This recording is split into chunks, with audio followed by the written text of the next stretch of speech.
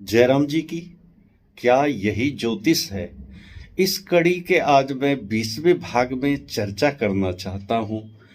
जीवन में मेरे जीवन में जब बृहस्पति की महादशा आई तो बृहस्पति पराक्रम क्षेत्र में विराजमान है और इनकी त्रिपाद, पंचम, सप्तम, नवम दृष्टि एक ऐसी है जिनकी वजह से मुझे बहुत कुछ मिला जिसकी उम्मीद हमने राहु की महादशा में नहीं की। काश अगर मेरे जीवन में बृहस्पति की महादशा बाल्यकाल में आई होती तो शायद एक हम शिक्षाविद होते, मान्यता प्राप्त एक आचार्य होते, दक्ष संगीतकार होते। परंतु दिया है कि व्यक्ति ने जो जैसा किया है वही तो मिलना है। इसलिए राहु की दशा भी तो हमें भोगनी थी और दुखद अनुभूतियों को हमने जाना, एहसास किया। बृहस्पति की दशा में दाम्पत्य सुख मिला, शिक्षा की शुरुआत हुई और भाग्योदय हुआ, आय का साधन बना। किंतु बृहस्पति की दशा में जब अंतर शनि का आया तो शनि मेरी कुंडली में भाग्य के क्षेत्र में विराजमान है। जैसा हम आप सब जानते हैं, बृहस्पति जहाँ बैठते हैं वहाँ हानि होती है।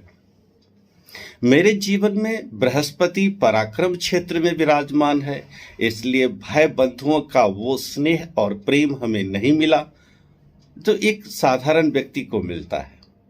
पराक्रम क्षेत्र का मुझे वैसा लाभ नहीं मिला जो हमें मिलना चाहिए था, क्योंकि ये तृतीय भाव में विराजमान है। इसी के साथ शनि भी हमारे भाग्य के क्षेत्र में विराजमान है और जहाँ शनि बैठते हैं वहाँ पर लाभ होता है उसकी स्थिति के अनुसार। शनि चूंकि नीच का है तो नीचता से ही लाभ होना था, परंतु शनि की जहाँ दृष्टि पड़ती है वो बृहद दुखदाई होती है। 3, 7, 10 ये वो स्थान होते हैं जहाँ पर शनि की विशेष दृष्टि पड़ती है। शनि की दृष्टि आमदनी क्षेत्र में है, साथ ही हमारे जीवन में पराक्रम क्षेत्र में है और शत्रु क्षेत्र में है, रोग के क्षेत्र में है। इसलिए जीवन में बाहरी दृष्टि से आमदनी का साधन भले ही लोगों को दिखाई दे या न दे, किंतु वैसी आमदनी का कोई माध्यम नहीं बनेगा जो लोगों में अच्छा हो या व्यक्ति को एक सुखद अनुभूति मिले। इसलिए मुझे आय का साधन तो मिला, सब कुछ मिला, किंतु वो आय का साधन नहीं मिला जिससे लोग प्रसन्न होते हैं। एक ग्रंथकार लिखते हैं कि जीवन में सुख किसे कहते हैं। हितोपदेश, बहुत सारे लोगों ने हितोपदेश नाम का ग्रंथ है जिन्होंने पढ़ा है, उसमें लिखा है अर्थागमो नित्यमरोगिता च प्रिया च भार्या प्रियवादिनी च वशस्य पुत्रोर्थ षडी च विद्या षड जीवले केश सुखानी राजन।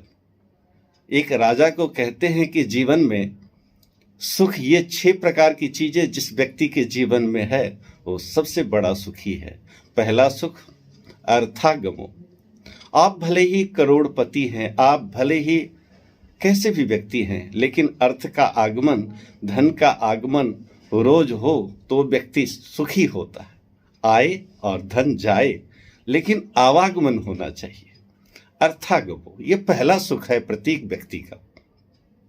नित्यमरोगिता च, अब धन आए और जाए किंतु दुख में चला जाए, बीमारी में चला जाए तो फिर सुख नहीं होता है, इसलिए रोगी नहीं बने। अर्थागमो नित्यमरोगिता च प्रिया च भार्या। जीवन में व्यक्ति इधर उधर इसलिए भटकता है कि सुंदर अर्धांगिनी जब तक दिल में न समा जाए। सुंदरता तो आंखों में है ना, कुछ लोग भाव से सुंदर को समझते हैं, कुछ लोग आंखों से सुंदर को समझते हैं। ये चीज व्यक्ति को अपनी भार्या में दिखाई दे दे तो वो व्यक्ति सुखी है, उसको भटकना नहीं होता है। प्रिया च भार्या प्रियवादिनी च, अर्धांगिनी बहुत सुंदर है, सुशीला है, बाहर इधर उधर भटकने की जरूरत ही नहीं है, सुंदर है, किंतु प्रियवादिनी च। बोलने में अगर और प्रियवादिनी हो तो ये बेहतर सुख होता है प्रत्येक व्यक्ति के लिए। बहुत सुंदर है, किंतु शब्दों में कठोरता है तो वो व्यक्ति भी भटक जाता है सब कुछ होने के बाद। इसलिए ऐसा जिस व्यक्ति के पास है वो भी सुखी है। वशस्य पुत्रोर्थ सडीच विद्या, संतान हो किंतु आज्ञाकारी हो। संतान तो होती है किंतु आज्ञाकारी नहीं होती है तो भी व्यक्ति को सुख नहीं मिल पाता है। इसलिए जिस व्यक्ति के जीवन में ये तमाम चीजें हैं वो सबसे बड़ा सुखी है। कहने का अभिप्राय यह है कि जीवन में हमें आय का साधन तो था किंतु नियमित साधन नहीं रहा।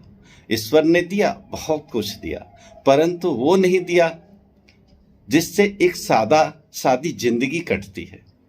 शनि की दृष्टि हमारे पराक्रम क्षेत्र पर है, इसलिए भाई बंधुओं से वो स्नेह न मिला।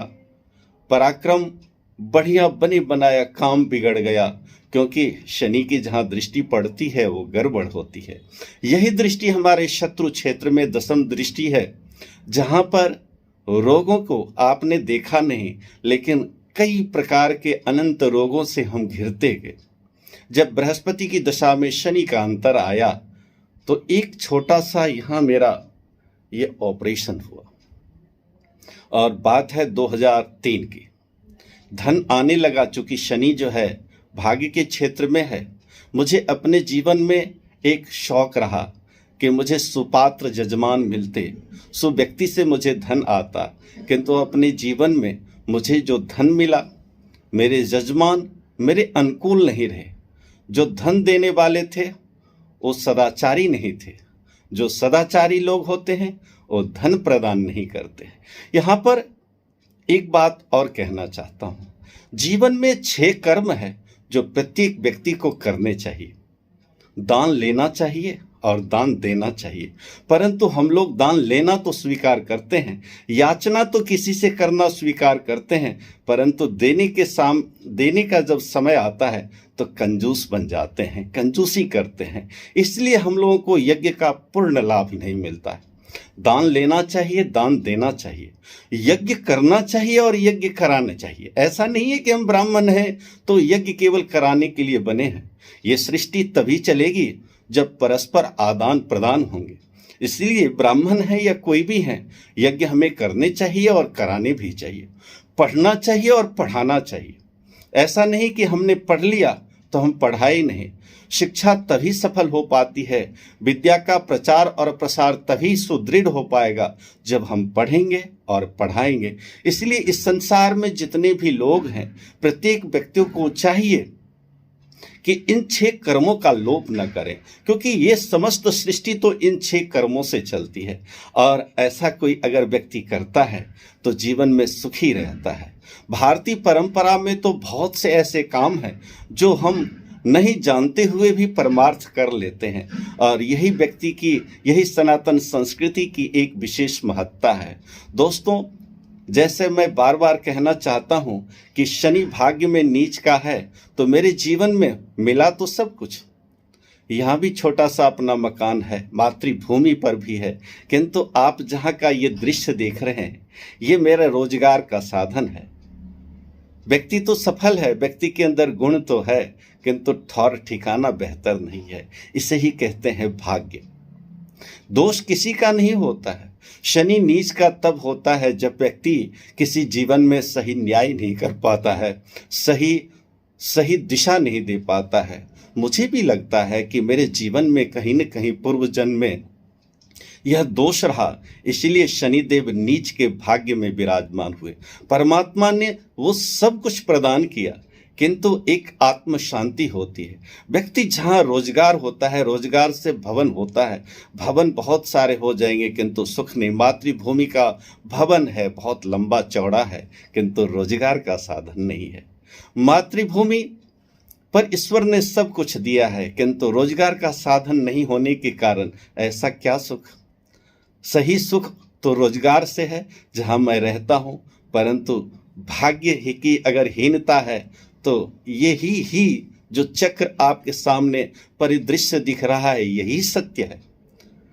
आप कैसे भी हैं, बहुत धनिक हैं, आपके पास बहुत चीज़ें हैं, किंतु जिस प्रकार से पानी को कुछ देर के लिए आप बर्फ़ बना सकते हो, किंतु स्वतः ही वो तरल पदार्थ है और पानी बन जाता है, बर्फ़ नहीं रहती है।